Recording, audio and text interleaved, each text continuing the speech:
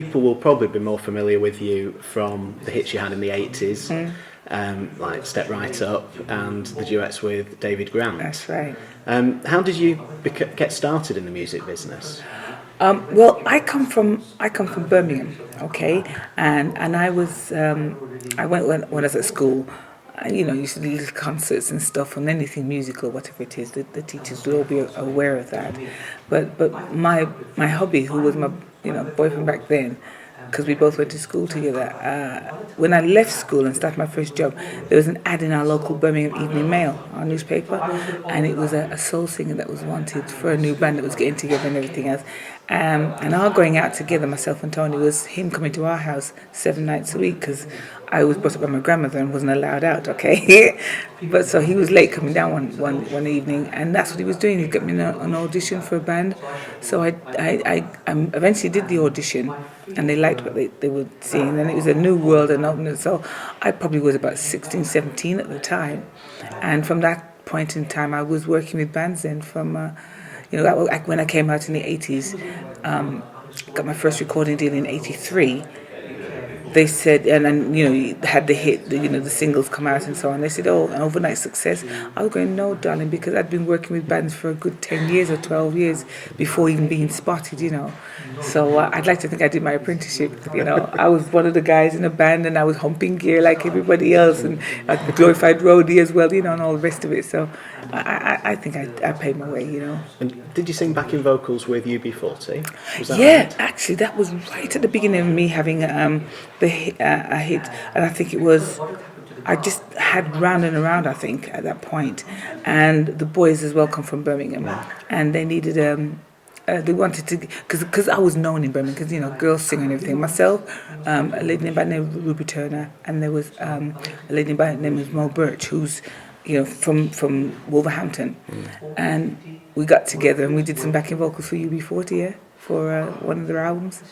And how did you get together with David Grant? Because I think your first two singles were duets, weren't they? There was Could It Be I'm Falling in Love and Mated. Yeah, but in between that I had solo singles, so it was doing all right, and then we came back and did Mated. Now, I did a session, a vocal session for a jazz funk band who were an instrumental band, but they had written this song, and like I said, being one of the girls that's known in the middle, in Birmingham and stuff, as a vocalist, which they rated, they asked me to do a vocal session for them. I said yes, by all means, because the band I was working with at the time was called Ferrari, and they were on holiday and that sort of thing, so it didn't clash or anything. I did this vocal session, and they were dealing with the people in London, you see, which was David's manager and stuff like that, and they were quite interested in this band, the medium wave band. Because I did this vocal session for them, and they went to do some showcase gigs as themselves. The people at London wanted to see them with a front person.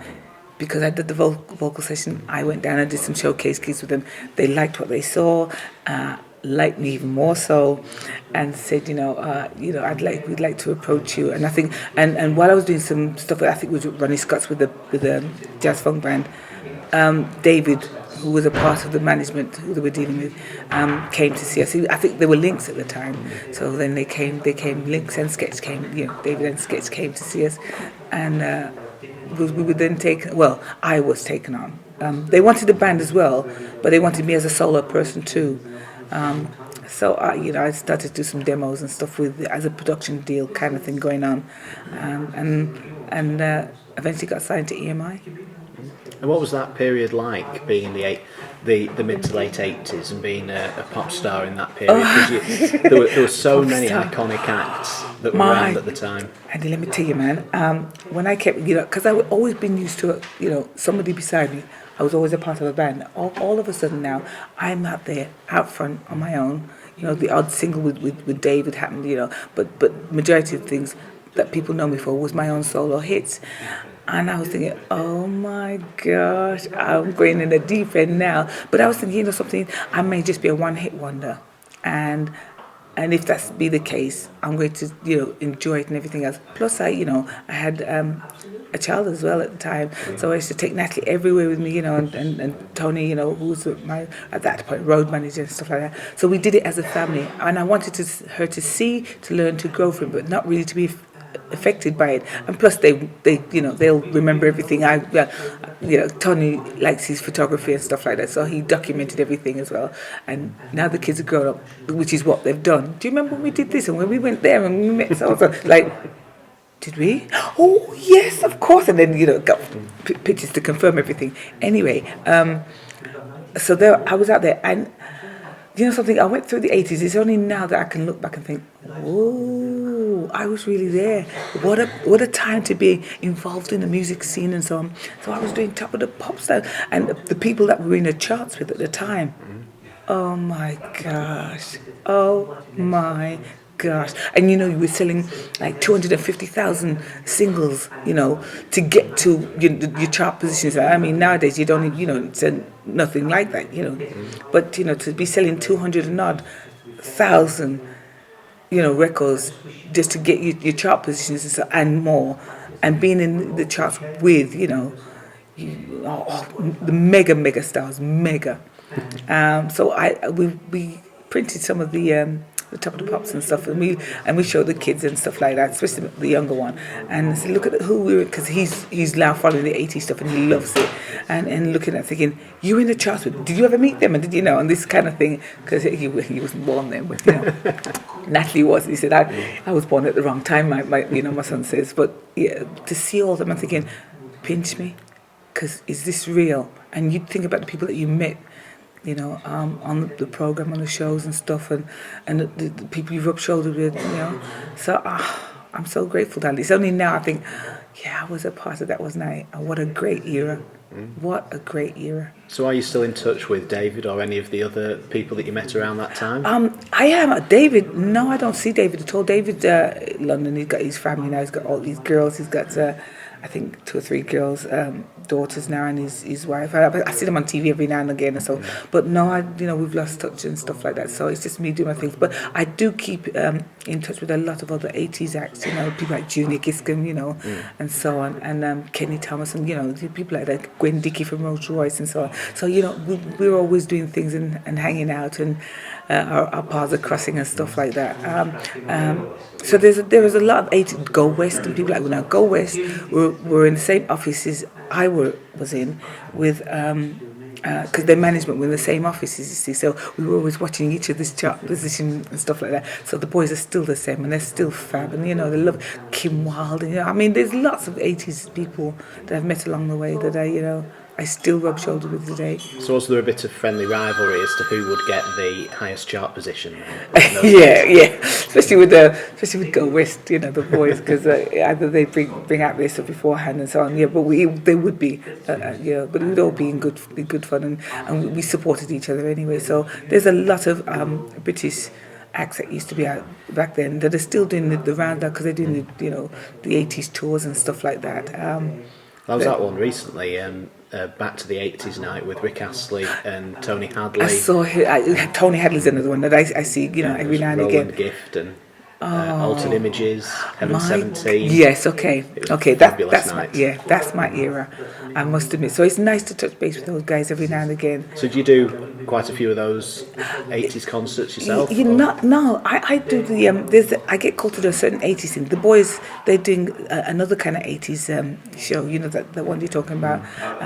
But through doing some 80s shows, that's how we do touch base and rub shoulders and stuff like that. Not long enough, but it's just like catching up. How you doing and stuff like that. But yeah, I do some 80s stuff definitely, but not the ones that the tour things that you're talking about. I see the boys on other things and so on. Because it's very much in vogue, isn't it now, the 80s? And I was listening to some of your 80s stuff on the way down here today. Okay. I was listening to the new album this morning. I was listening to some of your older stuff, and it's aged really well. Now, it doesn't seem to be isn't dated. It? Because and everybody says, I get asked, do you ever get fed up or bored with singing these songs? I'm going, no, darling, because people's faces are a picture. To think that you're a part of people's lives, you're the backdrop, your music and stuff is the backdrop to a lot of people. And when you do these things, baby, I don't even have to sing, let me tell you. Everybody sings it for me. And I'm going, you remember this stuff? And, and they're bringing their kids to these shows, right? And to them, I'm saying, no, I'm Auntie Jackie, your mum, mum and dad's brought you there. Or, do you remember these things when you were young, free and single before the kids were born? And so, they give me so much love, chick. I mean, the fans have been, and I'm gaining more and more fans, every day. So in that respect, I had a whale of a time, and I look back with fondness at it. And like you said, the music stands the test of time because it doesn't sound dated. No. So I was very lucky that Derek Brammer, who wrote a lot of those songs for me, and how. But yet, back in the 80s when I was recording the album and doing that stuff, the record company weren't really into it. So EMI were very much a rock pop orientated record label, and then this British soul thing's coming out, and they didn't know what to do with me. How to market it, how to, so things like, the Round and Around and the Step Right Up and the Set Me Freeze and stuff, they didn't get it. It was just pop, disco music or whatever it is, and it will sell itself. That was their attitude. So when you're on a label that's putting all their energies into people like Zig Zig Sputnik. Do you remember that name? Yeah. Wasn't it Brother Missile F11 or something? Oh, you're a good one. Is that right? Yeah, something like that's right. But and that's what their energies were going into. They were ploughing thousands of pounds. If I had a quarter, not even a quarter of the money that they ploughed into there for promotions and stuff for me, profile probably would have been higher than it was. But there, by the grace of God, through the radio station and the public, chick, I'm still learning. I'm still growing. I'm still learning my craft now. But they've stuck with me, and the songs are still good today. I think that what's different as well these days is that when an album is released, the singles that are released from the album sound almost identical, whereas, for instance, Step Right Up on your album is very different in sound to the single version. Yeah, that's true. Yeah, we did different mixes. Yeah, that's what you mean. Yeah. So it's something that I don't think people realise now, that the singles in some cases were quite different to the album version. So it encouraged the single sales as well. Yeah. I never looked at it like that, but when I think of on certain tracks, they started with a sax solo, it was a bit more melodic, and then it would kick in, and then we had a different mix. And back then, you looked for the management went for whoever's involved with the mixing, in vogue at that time. They would have a mix by this particular mix, and then by this particular song, and we'd go into the clubs. Now, talk about mixes. I did Ain't Nobody in the 90s, and got a call from South Africa and everything, doing radio interviews and so on. I haven't got there yet, but and they were saying about your record, this, that, and the other, doing really well and so on. We're going to play it now. The version they played, man, I hadn't a clue where I come from. I didn't recognise it at all, but it was a huge hit over there. So, like you said, it's all in the mix. If your song's good. If you got the general body of the song is I think mixes can do a lot. Well, Ain't Nobody was a cover of a Chaka Khan song, wasn't it? Yeah. And that was #1 in the States, wasn't it? No, pinch me. Now you see, I get nervous. I always get nervous of doing covers, okay, especially when they're well known covers, because I think you can't touch that. And I get intimidated by doing it. But when it was suggested for me to do Ain't Nobody, now Shaka's my lady, okay? I really love that lady. And our paths used to cross back then, and I remember doing the single, getting really nervous about it. My dad was the same with Could It Be I'm Falling in Love. I was nervous about that too, Detroit Spinners and so on. But when I did the Shaka, it's just such a fab song. It's very uplifting. It's very, and it's just one of these feel-good songs, okay? Did it, and I thought, oh my gosh, what's Shaka going to think of it? Anyway, I got the thumbs up from her along the way, so it's like, oh, bless her heart. But yes, it did well. It did well, gee. And in America, one place I think, my God. But I still love that to this day. And the lyrics mean so much to me, because, the way the public have taken me to their heart and still, look after me and still like what I do and so on and so on and so on. So, yeah. And you're also a record breaker, weren't you, in the Guinness Book of Records? You know about that as well? No, I didn't even realise that. It was my daughter told me about 5 years ago. Do you realise how much you maybe contributed to, especially black music, British music? I'm going, no, I took it all in my stride. They were great songs and have a good time doing it, and everybody has everybody's smiling, everybody never thought about it. And then when she said, you're in the Guinness, I'm going, what? Because something about the British black female consecutive top 10 and top 20 hits. I'm like, really? So I'm down in history somewhere, chick. I thought, pinch me. Wow. So that's immense, really. So after you had a string of hits here domestically, you had hit albums as well. You kind of faded out of the public view a bit, didn't you? Was that a conscious decision of your own, or?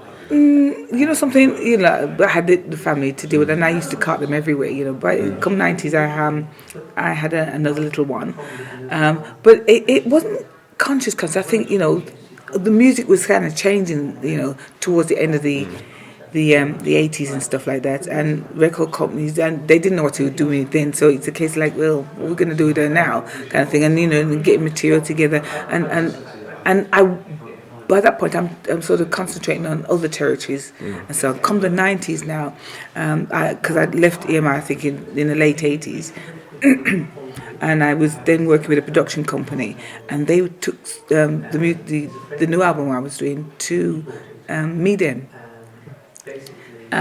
Was playing some stuff to them, and then was talking to a Japanese label, Avex, and they're saying, who else you got? And they said, well, we got Jaki Graham. And I'm going, Jaki Graham, you mean the Jaki Graham? You mean the Breaking Away Jaki Graham? And I'm going, yeah, well, let's have a listen. Well, they took it, they embraced it as well, and then there I go to Japan with this new real life album, as it was called, and said, hi everybody, I'm a new girl, and I hope you're gonna like this album and so on. And the interviewers are saying, why have you never been here before? I'm going, well, nobody's asked me, basically. I said, and they started to quote me stuff from the Breaking Away album and the Heaven Knows. I'm going, you know that stuff? That's when it hit me that I was seriously international, and I wasn't aware of it. I thought, I touched base with Europe and Scandinavia and places like that, and a little bit of America and so on. But to think, Asia, that kind of territory, I'm thinking, you know me? And then they started to say, oh yeah, because so-and-so, Layla Hathaway covered Heaven Knows. And I'm going, you're joking. So I was getting up to speed with my own stuff back then, and I'm thinking, oh well, God bless.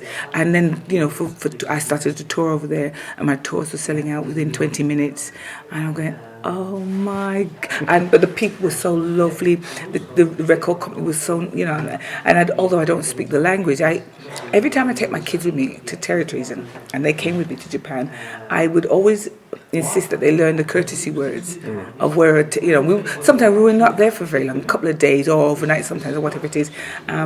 So I learnt courtesy words just so that I could say things to the Japanese public, the fans that came to see me do my shows and stuff like that, and they all bless their hearts. I still think, and I still get letters and stuff from them now, even from the record company, send Christmas cards and stuff like that. So it's just nice, and so it's just touching base with them every now and again, and they like the music over there, and the live music too. So they were good to me, and then Australia, I touched base with Australia and so on. So I went to Singapore, Indonesia, Thailand, and all them kind of territories. It's like, oh my gosh, I'm traveling the world now. The world is not such a big place, you know what I mean? So what else have you been doing in between, say for the last, it's 14 years since your last album came out. Yeah. So what have you been doing in the time in between? Well, I'm doing shows, darling, corporates. I've been working on ships, and I've been recording. I've been doing I've met a lot of really, really good artists, and people like Michael McDonald from the Doobie Brothers in the 80s came over, and I happened to see a documentary on Quincy Jones, and with that I thought, oh, that's Michael McDonald. I mean, I knew the voice, and I knew the stuff, but I didn't know Michael, and he was singing with James Ingram at the time, on this Quincy Joe documentary, and then he had the hit with Patti LaBelle on my own. Came to England, and I said to Tony, I said, listen, if we're not working, is there any way we can get a ticket? Because they were going to be in our hometown, which is Birmingham, at the Odeon. And I said, is there any way I can get a ticket if I'm not working? I'd love to see this man. And anyway, I got a call on the Wednesday. And Tony said, "Oh, we got it." I'm going, "We got tickets to see Michael Wednesday." Yeah. Then he realized, no. He said, "You're going to be singing with him." I'm going, "I beg your pardon?" That nearly caused a divorce, let me tell you, everybody. Yeah, I'm going, "What? I can't sing like Patti LaBelle. What's wrong with you? International man, American artist."